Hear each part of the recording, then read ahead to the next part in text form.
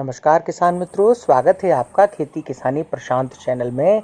और आज हम बात करेंगे कि धान की खेती करते समय हमको एक तेला यानी हापर बर्न नामक एक ऐसी खतरनाक बीमारी इस फसल में आती है जो कि पूरी फसल को नष्ट कर देती है दोस्तों।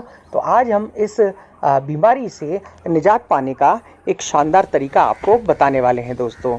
तो धान की खेती में हापर बर्न मतलब एक तेला नामक ऐसी खतरनाक बीमारी लगती है जिसमें 2-4 दिन में ही फसल सूख जाती है। इसके लिए किसान भाई कीटनाशकों यानी पेस्टिसाइड का इस्तेमाल करते हैं, लेकिन अब ऐसा करने से बचने का वक्त है दोस्तों, क्योंकि अमेरिका, यूरोपी और खाड़ी देश चावल में कीटनाशकों के अवशेष को लेकर काफ़ी सख्त हो गए हैं। इसलिए इसका देसी इलाज निकाला गया है ताकि एक्सपोर्ट में दिक्कत न आए। पीला रंग और लाइट के एक देसी जुगाड़ से तेला का खेला खत्म किया जा रहा है। तो दोस्तों आइए हम जानते हैं विस्तार से। बासमती एक्सपोर्ट डेवलपमेंट फाउंडेशन के principal scientist doctor Ritesh Sharma ने कहा है कि हॉपर या तेला नामक कीड़ा से खेतों के खेत खत्म हो जाते हैं। इससे बचाव के लिए अपने खेत में लगे ट्यूबवेल की दीवार पर पीला रंग यानी कि येलो कलर करें और बाहर एक बल्ब जला दें। उसके आसपास 2 फीट में ग्रीस लगा दें। इससे कीट पीले रंग और लाइट की ओर आकर्षित होंगे और ग्रीस पर आकर चिपक जाएंगे। शुरू में ही कर दें आप यह काम। डॉक्टर शर्मा बताते हैं कि किसान भाई शुरुआत में ही इस जुगाड़ को लगा दें। इससे पता चल जाएगा कि यह कीड़ा आ चुका है और इसके बाद खेत से पानी निकाल दें तो यह कीड़ा बढ़ नहीं पाएगा। मतलब यह है कि शुरू में ही यह काम कर दें तो कीट आते ही पकड़े जाएंगे।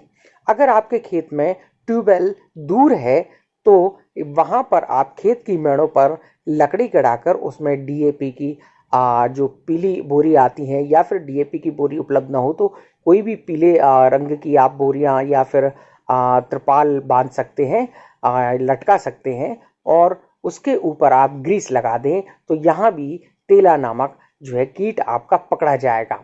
तेला यानी हॉपर धान की जड़ के ऊपर तने पर चिपक जाते हैं और रस चूस लेते हैं। 1-2 दिन में ही पौधा सूख जाता है। यह सफेद पीठ वाला भूरा तेला होता है।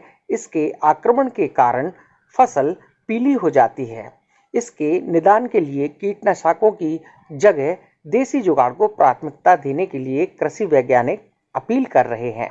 डॉक्टर शर्मा यह भी बताते हैं कि बासमती का निर्यात बढ़ाना है तो इस बात का ध्यान रखना होगा कि जब तक बीमारी इतनी न हो जाए कि वो हमें आर्थिक रूप से नुकसान पहुंचा दे, तब तक किसी भी पेस्टिसाइड का छिड़काव हमको नहीं करना चाहिए।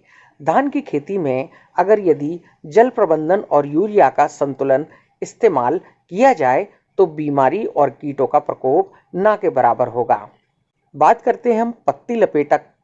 तो पत्ती लपेटक का भी देसी इलाज है। सरदार वल्लभ भाई पटेल कृषि विश्वविद्यालय मेरठ के कृषि वैज्ञानिक डॉक्टर संतोष कुमार के मुताबिक धान के खेत में एक पत्ती लपेटक कीट नजर आता है तो पत्ती को मोड़कर उसमें बैठ जाता है और हरे भाग को खाता रहता है, लेकिन इससे डरने की आवश्यकता नहीं है।